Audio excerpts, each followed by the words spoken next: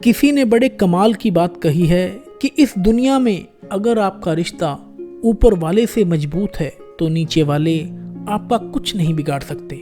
जय श्री राम दोस्तों, मैं पवन धवन एक सच्ची घटना सुनाता हूँ आपको। एक बार शाम में फल खरीदने के लिए मैं मंडी गया। वहाँ देखा एक रेहड़ी थी, उस पर फल थे, लेकिन उस रेहड़ी पर फल वाला नहीं था। मुझे लगा वो व्यक्ति कहाँ गया।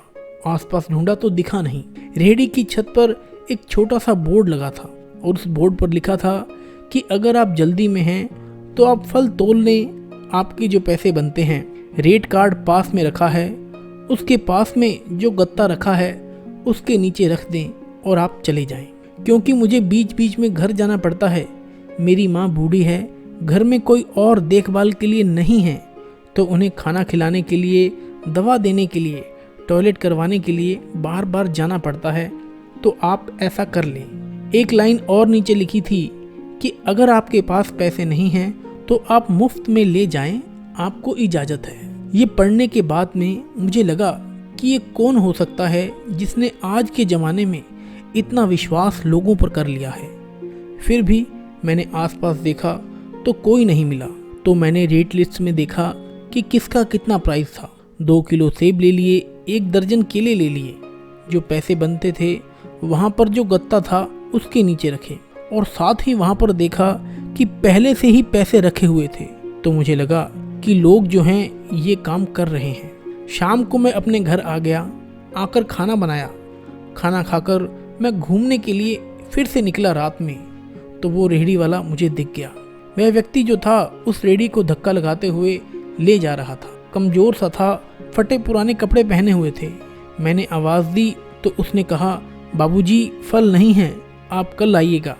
तो मैंने कहा, फल तो मैंने आपसे ले लिए, पैसे भी रख दिए थे गत्ते के नीचे, आपसे कुछ बात करना चाहता हूँ। उसको लेकर मैं ढाबे पर गया। मैंने कहा, खाना खाओगे? तो उसने बोला नहीं। तो हम दोनों ने चाय मंगवा ली। चाय पर थोड़ी चर्चा करने लगे तो मैंने नाम पूछ लिया। फिर पूछा कि ये जो कहानी है आपकी बोर्ड वाली, आप ऐसे रेहड़ी छोड़कर चले जाते हो, आपको नहीं लगता कि आपका सामान चोरी हो जाएगा, फल और पैसे चोरी हो जाएंगे? तो उस व्यक्ति ने मुझे जो अपनी कहानी सुनाई वो ज़रा ध्यान से सुनिएगा। उसने कहा, बाबूजी मेरी माँ पिछले 2-3 साल से बहुत बीमार रहती है। मेरा कोई बेटा बेटी नहीं है और मेरी बीवी भी अब इस दुनिया में नहीं है। तो इस दुनिया में मैं हूँ और मेरी माँ है। तो एक दिन मैं अपनी माँ के पैर दबा रहा था और मैंने अपनी माँ से कहा कि आप मुझे बार बार कहती हैं कि घर पे रहकर तू चला जाता है तो जी घबराता है, मन नहीं लगता, लेकिन आप समझो कि मेरे पास पैसे नहीं हैं। अगर मैं घर पर रहूँगा तो पैसे कौन कमाएगा, आपकी देखभाल कैसे होगी? तो मेरी माँ ऊपर वाले में बहुत विश्वास रखती है।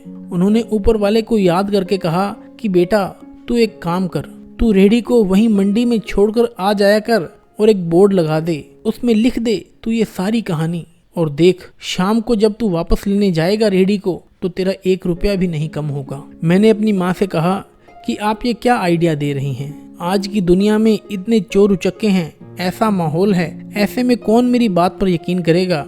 और जिस रेहड़ी पर फल वाला नहीं होगा तो वहाँ से कौन फल खरीदेगा?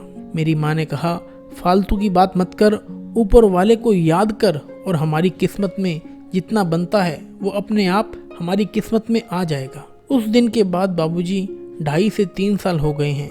रोज ये करता हूँ, सुबह जाता हूँ, रेहड़ी लगा कर आ जाता हूँ और फिर शाम को जाता हूँ। लोगों को लगता होगा कि शायद बीच बीच में मैं आता जाता रहता हूँ, लेकिन ऐसा नहीं करता।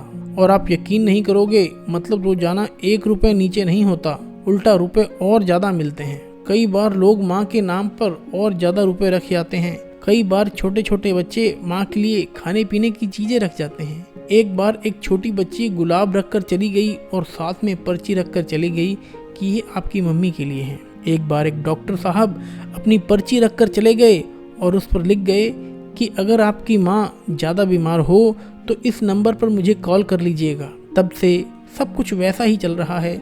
हमारी किस्मत में जितना है माँ के आशीर्वाद से और ऊपर वाले के आशीर्वाद से सब कुछ मिल रहा है।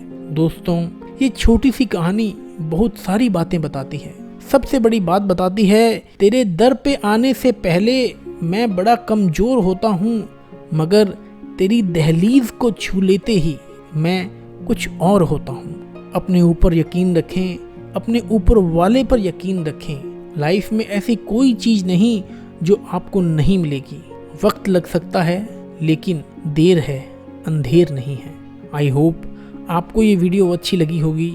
लाइक कीजिएगा, शेयर कीजिएगा।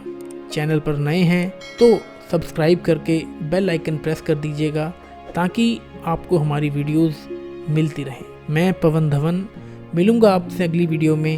हमारी वीडियो को देखने के लिए, उन्हें पसंद करने के लिए आपका दिल की गहराइयों से विनम्रतापूर्वक धन्यवाद।